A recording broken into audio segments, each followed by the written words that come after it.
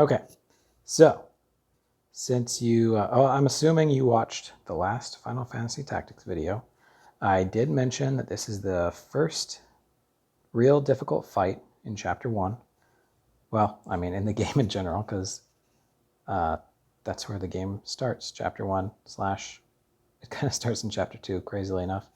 I did actually have an error saving, and so I had to do that last fight in the swamp again. Morris is now actually lower than Mayfield, but just to be a truest to what you were watching, I switched it back so that Mayfield's, well, I made it so Mayfield's doing this fight anyway. I wasn't 100% truest, which I guess means partial truest, mostly truest, because I did change.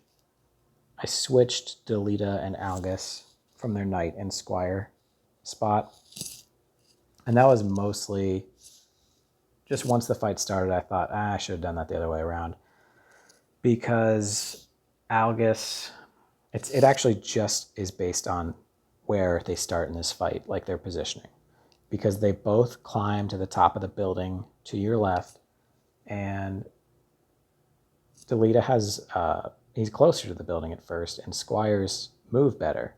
So in reality, it's just a matter of getting Delita to get to the top of the building faster, because there is an archer that's just going to start picking away at you, and I don't like that. So yeah, I made that change, and yeah, not a truist, like I said, but whatever. Don't judge me. I'm sure you're sitting there judging me. All right, anyways, the conversation you just missed because I was babbling on. Wiegraf is bullying a local fencer, and he's labeled as Fencer. It's not really his name. I'm pretty sure that's like a strange Japanese translation thing. See, he deleted it exactly what I was hoping, because he had better mobility. He got to throw a stone right away. And Algus just kind of slowly tags along in a perfect world. And I'm hoping you get to see this. That archer will move to the side of the building, and then Delita will throw another stone at him, and that'll make, basically when you throw a stone or do a dash, okay, he's in position. When you see that happen, you see a stone or a dash, there's about a 50-50 chance that that person will fall off the building. And when that does happen, it's wonderful. One thing I did want to point out, that mage that just approached, he has a faith of 72, meaning he is very deadly. On the upside, he's defending like an idiot, which eats at his CT, but I still have to take him very seriously. On the plus side, I can go ahead. Actually, look at that. There's like 3 of them that are defending. 4. Wow. What a bunch of stupid heads. So Mayfield, like I pointed out, has very high faith as well. As a squire, his magic power isn't super high, but I'm still going ahead and casting there. So now with Judy, Judy has Phoenix down, so I kind of need to be a little conservative with her. I don't want her getting killed. I'm actually going to have her full weight, because Delita's about to get shot by an arrow. It's going to do 28 damage.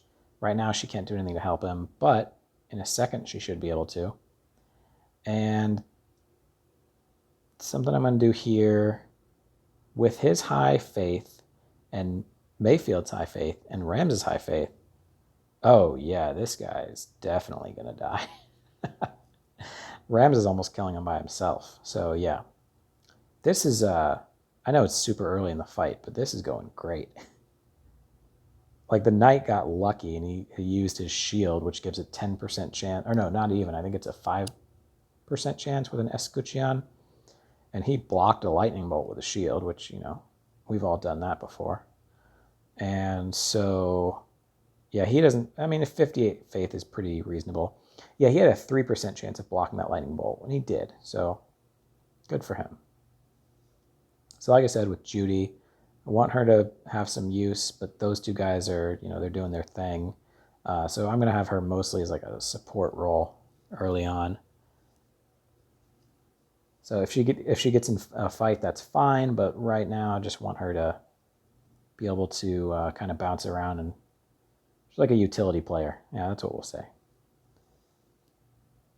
That other caster is not as dangerous usually just because he's so far back, and by the time he's like in the fray, it's kind of too late. Like usually you're winning the fight enough. But we'll see. I mean, that knight can kill my squire in 2 moves, so, and neither of them can heal. So I'm gonna have to get my utility player involved here. One of these archers, yeah, it's that one, does not have equipment for archery. So he just comes up and punches you like a jerk. So I'm actually going to stab and run. I took a chance. I could have dashed for 100%, but it would have done less damage. I'm going to do my utility player a favor and let her just be able to drop this potion. And this is a little bit of a tough call because if I get physically involved with the knight, that means I'm going to basically be taking on all 4 of these people. So I get 1 more spell because I have 7 out of 13 of my MP left. I'm gonna let the knight come to me. I'm running the risk of getting shot by an archer, but these 2 bozos should be able to take care of him pretty soon. Oh, please, please, please. Yay, he fell to his death. You saw the 12 and then the 14. The 14 was his damage on impact. So yeah, this fight can be hard, but so far everything's going real nicely for Ramza and the boys and the girl Judy. All right, so that didn't exactly play out. I was hoping for him to come to me. In fact, I'm going to full wait and still do that. If I cast on him, what he'll do is walk up to me and make it so I cast on myself, because when you cast a spell, for example, lightning, oh man, yeah, things are going too nicely for me. I'm almost like disappointed.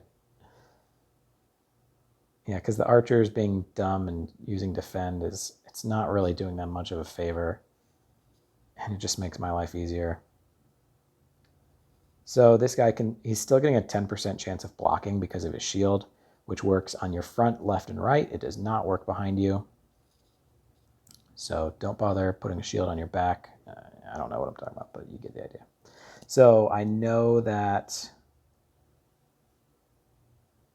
when we're talking about CT, he's definitely not going to go because the CT is 42 on the bottom. He's not going to go. He's definitely going to get hit by lightning. 68 is also very high faith. So I kind of feel like I'm wasting a potion here because I hate to not use the full 30, but it's probably going to save his life, so I gotta do it. And also, what else is she doing with her sweet time? I can't stand behind the knight because then he'll get blasted by lightning, so I'm gonna stab him on the side. If I had squire skills, I would consider dashing him, because with a dash or a throw stone, there's a good chance you're going to move them backwards. I made fun of defend a bunch of times so far already, but it actually worked just now for that guy. Using that potion definitely saved his life. That's one of those 1 ounce of prevention is worth a pound of cure. Okay, so that didn't kill him. Throw stone, whatever number it tells you, there's a 50-50 shot it's going to be half of that. And even though it didn't kill him, I'm okay with the results because it pushed him backwards, and with that backwards push, he just ran away when normally he would stab and run. So that saved his life, basically.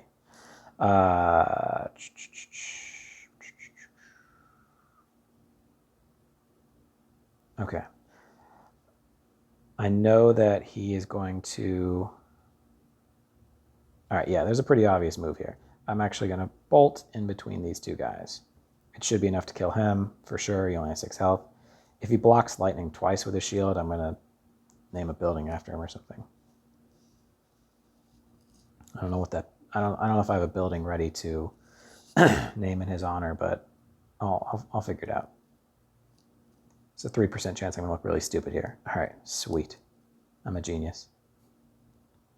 That's not true, but, I'm just happy that happened. All right, so Vector, I talked about how worthless he's going to be, but he's doing some good damage here. Since she's getting cast on directly, I will make that his problem as well. If I potion myself, I will survive the lightning bolt. Otherwise, she will die. So you gotta take care of yourself, folks. That's the point I'm trying to make here. Ramza still has a spell, and that's his only long-range thing to do. Killing him is not really my top priority. I'm better off damaging him. And Algus is going to throw a rock at that wizard, which is going to do 22 damage in theory. It ended up doing 11. I got sidetracked because I was going to point something out that is a bit of a flaw in this game. When Judy was standing on top of that, it's not really a chimney, but that just, I don't know if you're an architect, maybe you're yelling what it is, but nope, okay. I was going to say where Delete is about to go. That place, let's just call it a chimney. Judy was standing there, and instead of that being, okay, let me just show you what I'm talking about, because I'm just kind of mumbling and being a dumb person. So she was standing here, and she got dashed or throw stone, I don't know what it was. And I knew for a fact she was not going to fall backwards, because this game has a design where if someone's standing there, you cannot fall, which doesn't really make sense. It's not like they do that in cliff diving. Like, no, don't worry, I have someone standing below me. That means I can't fall. Like that's not how physics work. That was another fantastic throw stone that pushed him back, which changed his. He's not gonna shoot his arrow anymore. Basically, changed his action. So I'm going to stand next to this archer and let his friend kill him while I use a potion and I survive it. Yeah, Vector, the caster over there, he's not doing his squad any favors. Ramza is healthy enough. I don't really care. I'm just going to stand here and take the lightning bolt because this is his last spell. He has 7 magic points left. So this wizard's about to turn into a little weak-ass punch boy. So, yep. It's just a matter of beating this almost dead wizard to death. Which, isn't that how we all want to go? 5 people tracking you down and beating you to death after you used up your spells. Delete is doing a potion. That's super unnecessary. On the plus side, though, he's getting experience points. It is tempting to go up there. I'll see if Fink can score that crystal. All I'll really learn is probably charge 1. But I'm also not going to make you guys wait. So, unless this guy happens to block, the 5% chance, yeah. So he's not getting that crystal. But, yeah, that's it for that. And the next scene is going to be... Oh, I guess like one of the quote-unquote survivors, even though you just saw everyone die, is being tied up and beaten up by Algus. It's a torture scene, and Delita and Ramza are like, hey, take it easy, man. But Algus is like, no way, you guys are turds. And he just wants to keep beating him up, make himself feel like a big man. Kick to the face, pull the hair. Ramza's like, knock it off. Algus is like, nah. I think it's just because Algus is, he makes it pretty clear early in the game that his family doesn't have status or power, and he's sad about it. So, anyway, he is telling him Gustav is the captain of the Death Corps, and it was his call to kidnap Marky Elmdor.